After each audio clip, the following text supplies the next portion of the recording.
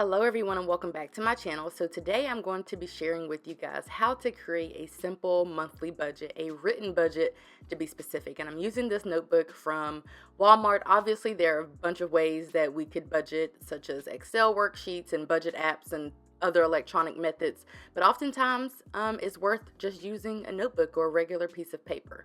So the first thing that we want to do is calculate our monthly income, and we want to only list our take-home pay. So that's money after taxes, after payroll deductions, after retirement, if you have money coming out of your checks for retirement.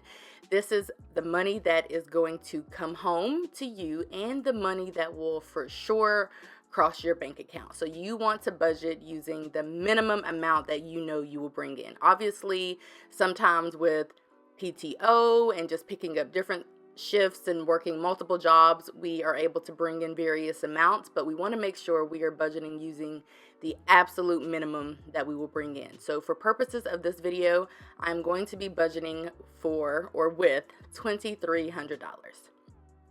So we want to total that up. So that math is quite easy, but if you need a calculator to do your math, then obviously go ahead and do that. But 1,000 plus 1,000 plus 300 is $2,300. So that is going to be the total income for the month.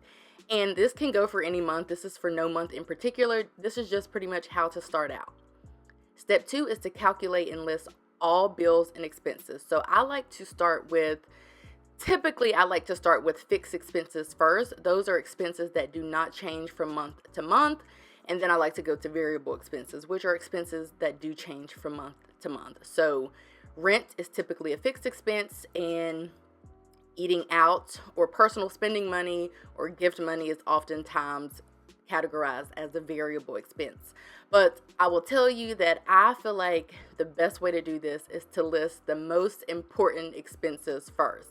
So a lot of times that is your four walls. So your rent or mortgage, your water, your electricity, your food budget. Just start listing your bills and expenses from most important to least important, because a lot of times if you're down to, you've gone through all of your bills and all of your more important expenses and you're running a little short on money, then a lot of times that means that you may not get to spend fun money for that month, or you'll have a little less for fun money, or you won't have a lot for eating out. So it's important that we're making sure that our four walls are taken care of and we're budgeting for the most important bills and expenses first and foremost.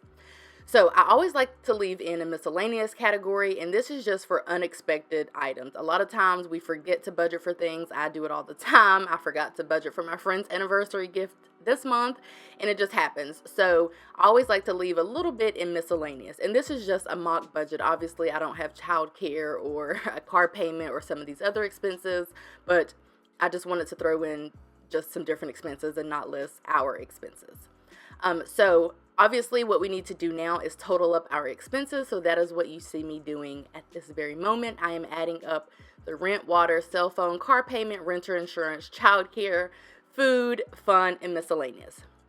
That gives us a total of $1,830. So our next step, of course, is to subtract our expenses from income. So our income is $2,300. Our expenses are $1,830, and that gives us $470. Now, at this point, it's essentially crunch time. So we have to figure out what exactly we're going to do with that $470 or our remaining funds. So this is where a lot of people decide on if they want to go ahead and purchase a gift for somebody, if they want to go ahead and put some towards savings, if they want to go ahead and take a small staycation, if they want to go ahead and make an additional debt payment. So in this video, I am actually divvying up the funds just in different categories. So I'm not sending all 470 to debt or anything like that, and I will show you that momentarily. As soon as I slide the page up, I will show you how I am divvying up those funds. So I have 200 going towards savings, 30 going towards a gift, and an additional 240 going towards the car payment.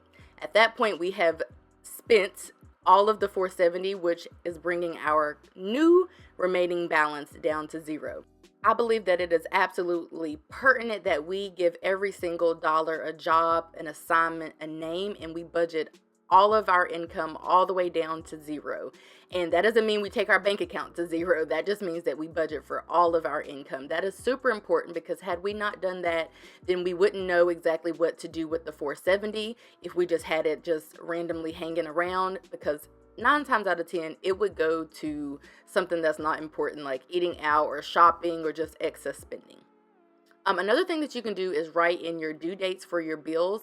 I like to use monthly calendars to write in my paydays and my bills, but a lot of people just kind of mark whenever their bills are due, and that works for them. So anyway, this is pretty much the end of this video. I just wanted to show you guys how to compose a simple monthly budget.